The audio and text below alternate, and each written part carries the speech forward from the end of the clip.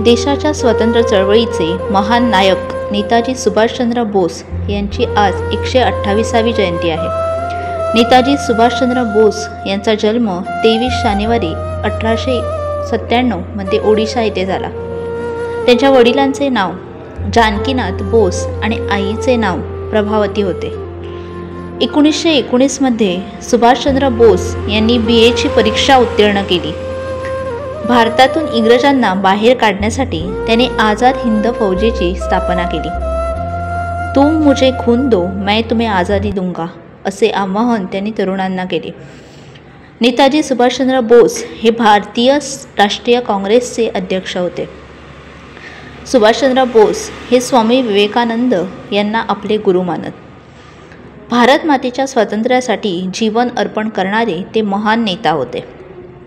18 August 1945 रोजी नेताजी सुभाषचंद्र बोस यांचा विमान अपघातात मृत्यू झाला. धन्यवाद.